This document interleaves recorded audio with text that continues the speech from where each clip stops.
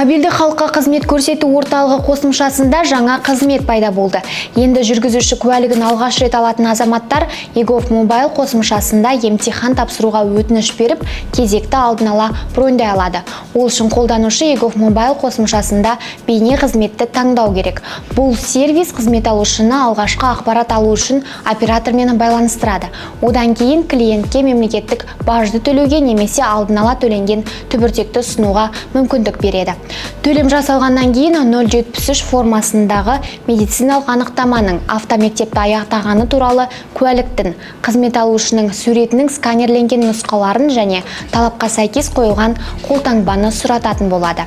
Оператормен сөйлесу барысында аталған барлық құжатты диалогтық терезеде тіркеу қарастырылған.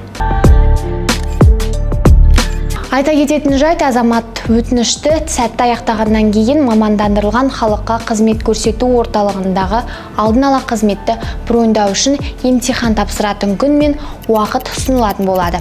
Бұл жаңашылдық уақыт үнемдеуге әрі қызмет алушылардың ағынын азайтуға септігін тигізетініне сенеміз. Сіздермен бірге болған 018 KZ редакциясы және мен Сабина Әлібек. Келесі кездескенше аман сау болыңыздар.